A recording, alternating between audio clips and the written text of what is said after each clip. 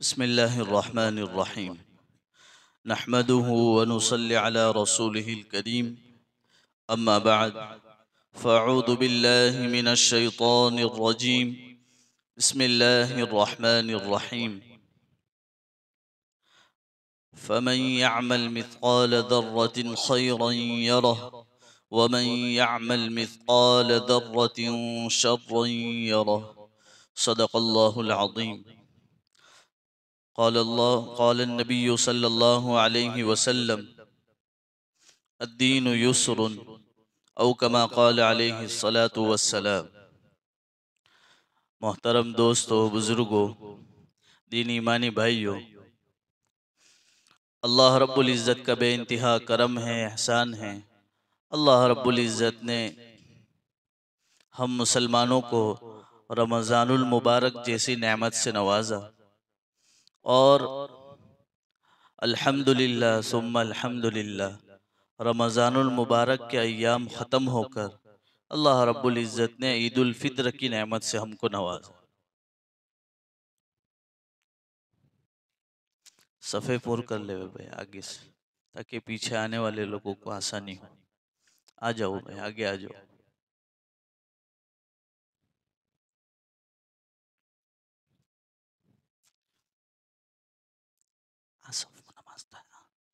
پہلی صف میں آ جاؤ۔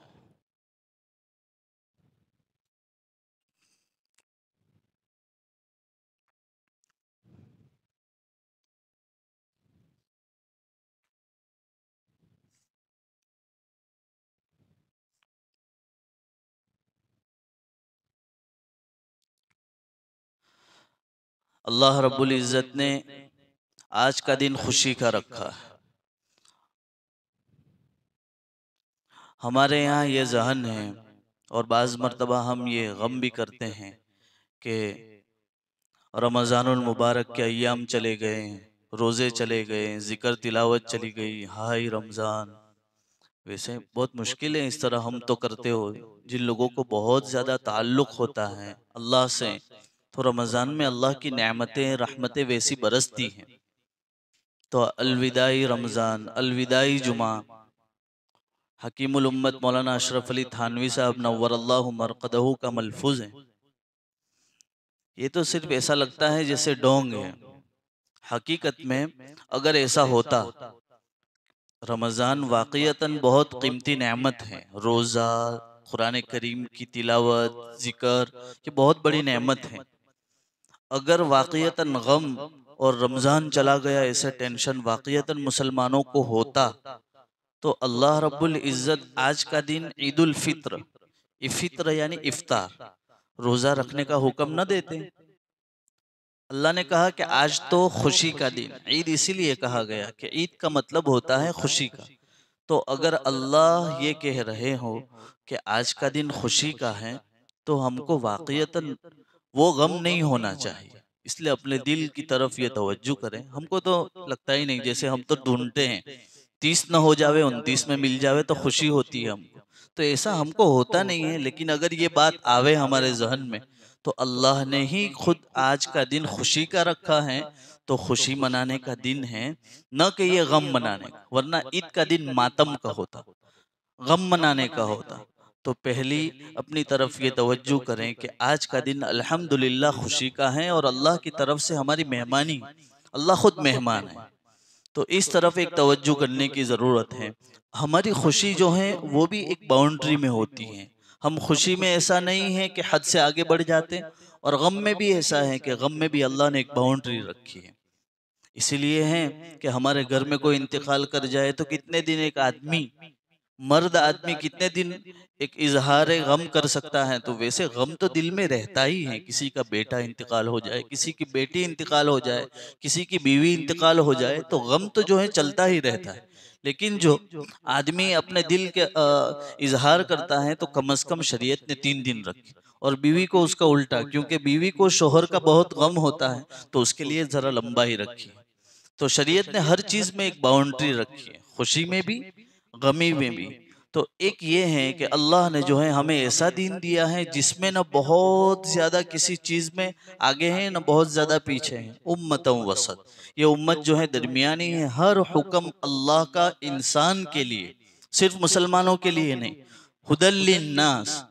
شہر رمضان الذی انزل فیہ القرآن ہدی للناس، پوری انسانیت کے لیے اللہ نے آسانی رکھی ہے، اور قرآن کریم کے جتنے بھی احکامات ہیں، اللہ کے حکم ہیں، تمام مسلمانوں اور تمام انسانوں کے لیے اس میں ہدایت اور آسانی ہے۔ تو اللہ کا فضل ہے کہ ہم مسلمان ہیں اور اس خوشی کے موقع سے ہم سب جمع ہوئے۔ دوسری طرف جو ہمیں توجہ کرنے کی ضرورت ہے وہ یہ ہے کہ عید کا دن ہے، عید کے موقع پر ہم جو ہیں سلام دعا کرتے ہیں، عید مبارک پیش کرتے ہیں، تو اس میں ہمارے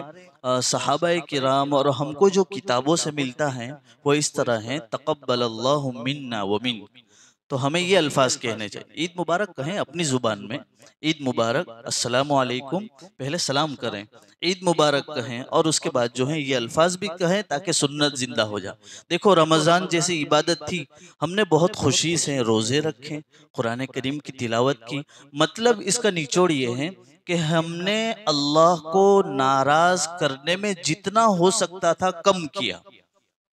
ہم سے ناراضگی تو ہوئی، اللہ کو ہم نے حکم توڑے ہیں، جیسا حق رمضان کا تھا ویسا تو ہم سے ادا نہیں ہوا، تو اللہ ہم سے ناراض ہوا ہے یا نہیں یہ تو ہمیں معلوم نہیں، لیکن ہم سے گناہ تو ضرور ہوئے۔ مطلب یہ ہے کہ اللہ کو جتنا خوش کرنا چاہیے ہم نے اپنے بساط کے مطابق، اپنی کوشش اور محنت کے مطابق اللہ کو خوش کرنے کی کوشش کی ہے، اور الحمدللہ جو ہے ہم یہاں تک پہنچ گئے ہیں۔ تو ان خوشی کے مواقع میں کچھ اور ہم سے غلط نہ ہو جائیں، اس کے لیے کچھ باتوں کی طرف توجہ کرنے کی ضرورت ہے، تاکہ جو ہے اللہ مزید ہم سے ناراض نہ ہو جائے، کیونکہ آج تو اللہ کا اعلان ہے، ہر طرف گلی کوچوں میں سڑکوں میں جو ہے اللہ نے فرشتے اتارے اور کہا کہ جو لوگ مسجد کی طرف آ رہے، عیدگاہ کی طرف آ رہے، ان کے ساتھ سلام کرو، ان کے لیے دعائیں کرو۔ اللہ خود جو ہے کئی مرتبہ قسم کھا کر کہہ رہا ہے، میری عزت کی قسم، میرے جلال کی قسم، میری ربوبیت کی قسم، اللہ قسم اٹھا کر کہتا ہے کہ میں ان بندوں کو معاف کر دوں گا، جب وہ عیدگاہ سے چلے جائیں گے تو ان سب کے گناہوں کو میں معاف کر دوں گا۔ تو اللہ جو ہے خوشیاں بانٹ رہا ہے، ہماری مغفرت کر رہا ہے، تو اس میں ہم نے الحمدللہ اللہ کو خوش کرنے کے لیے، اللہ کو راضی کرنے کے لیے بہت سارے عمل رمضان کے حساب سے کیے۔ اب جو ہے ہمارا عید کا دن ہے، تو اس میں پہلی چیز میں نے بتائی، تقبل اللہ منا ومنک، یہ الفاظ نہ کہے جائے تو جو الفاظ کہے ہیں عید مبارک، اس کے علاوہ نہ بولنا آتا ہو تو وہی کہ جو صحابہ کرام نے کیا، ہم کو بولنا نہیں آتا، نیت وہی کرتے ہیں، تب بھی اللہ سے امید ہے کہ اللہ اس پر اجر و ثواب دے گا۔ دوسری چیز کی طرف ہمیں جو توجہ کرنی ہے، ہم جیسے ہی رمضان ختم ہو گیا تو کچھ حدیث کی روشنی میں ہمیں یہ بھی پتہ چلتا ہے، اور الحمدللہ ہم نے یہاں دیکھا کہ دیکھو ہم نے یہ کیا کہ رمضان جیسے ختم ہوا تو ہم نے اپنے بالوں میں اس طرح حرکت کر ڈالی جیسے حدیث میں قزع کہتے ہیں اس کو، تو بہت سے لوگوں نے یہاں سے اڑا دیے، یہاں سے رکھ لیے،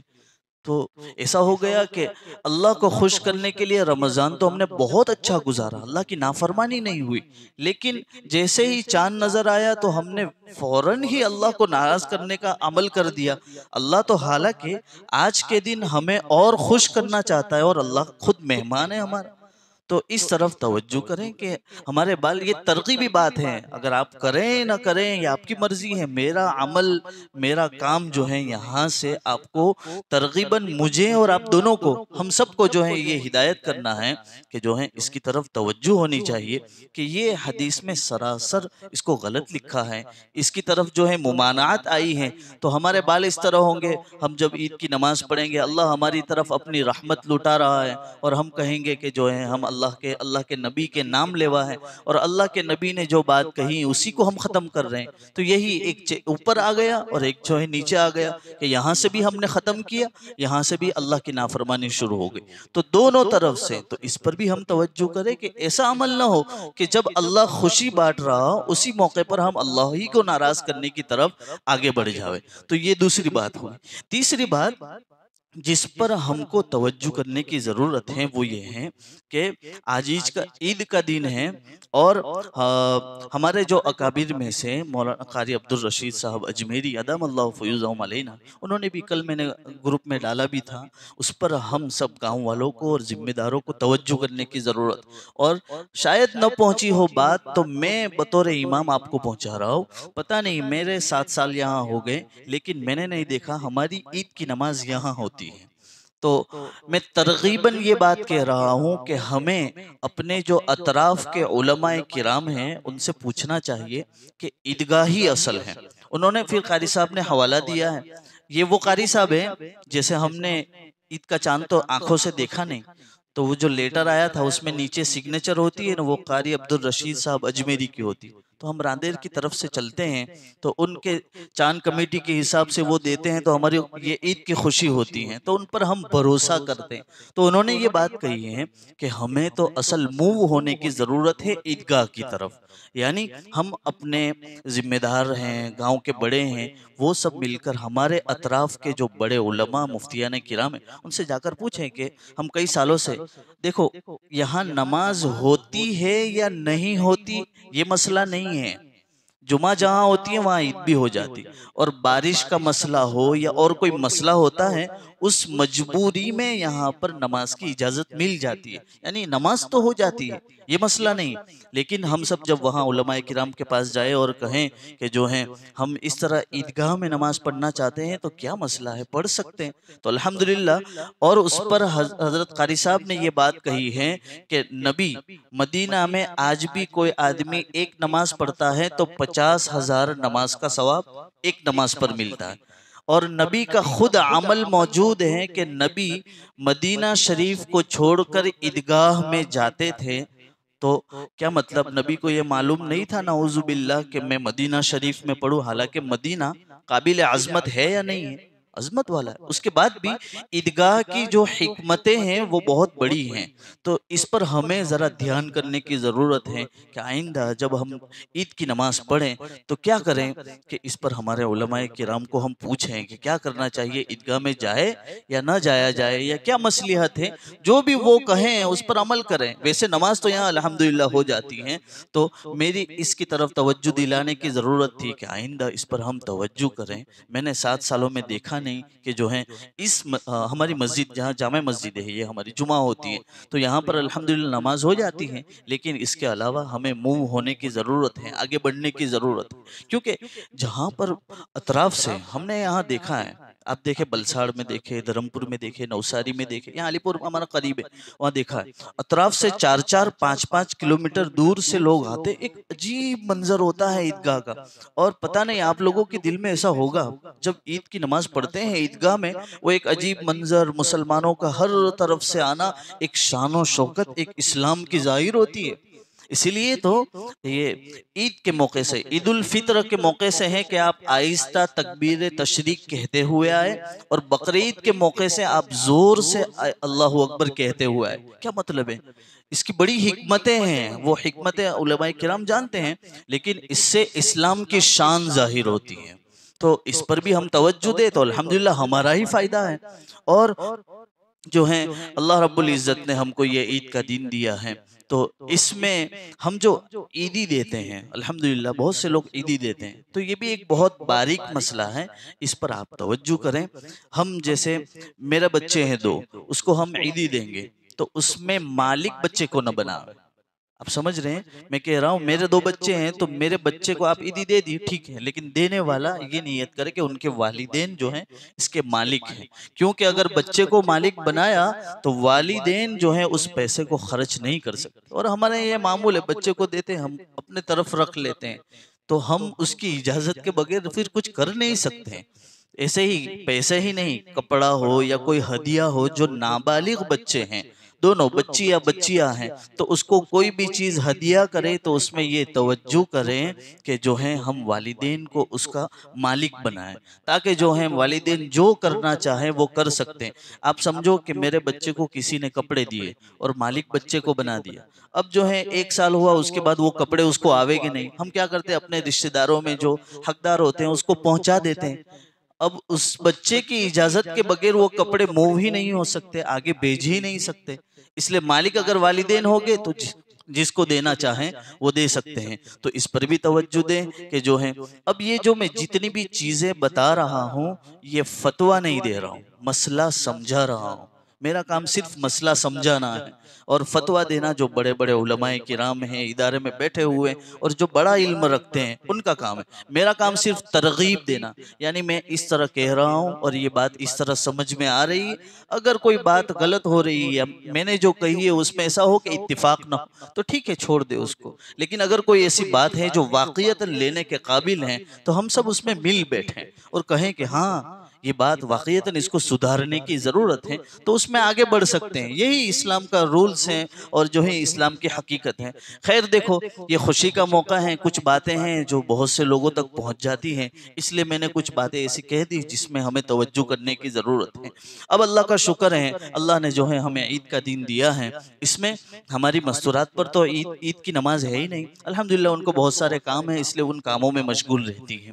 تو ان کا بھی شکریہ ادا کرے آج کے دن، اور انہیں بھی کچھ جو ہے آج عید کا دن ہے تو اس میں ہم اپنے گھروں پر بھی کچھ جیسے عام ماحول میں خرچہ کرتے ہیں اس سے زیادہ خرچہ کرنے کی فکر، کیا مطلب ہے اس کا کہ خوشی کا اظہار کریں، تو اس کی طرف بھی توجہ دینے کی ضرورت ہے۔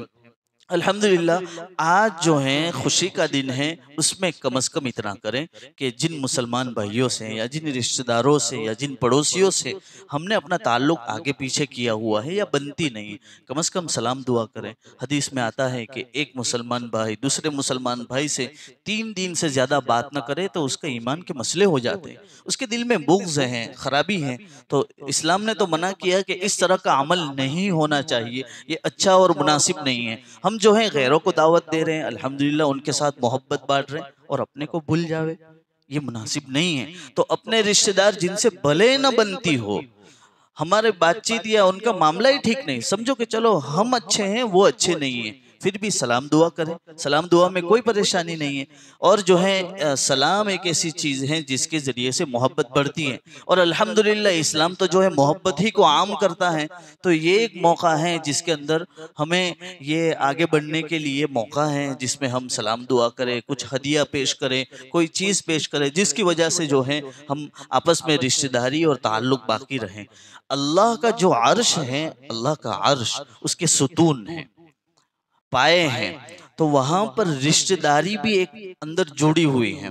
اللہ رشتہ داری کہتی ہے کہ یا اللہ جو میرے رشتے کو توڑے یا اللہ تو اسے بھی توڑ دے، مفہوم بتا رہا ہوں کہ جو میرے تعلقات کو توڑے تو اس کو بھی توڑ دے، مطلب یہ ہے کہ ہمیں جوڑنے والا، اور اللہ کے نبی کی خود حدیث ہیں کہ رشتہ توڑنے والا، دل میں بغض رکھنے والا جنت میں داخل نہیں ہو سکتا، اور یہی چیز ہے کم از کم اس مسجد میں جتنے بھی لوگ ہیں اتنا تو اہتمام کر ہی لے کہ میں نے آج سب کو اپنے دل میں جتنی بھی خرابی دی سب کو معاف کر دیا،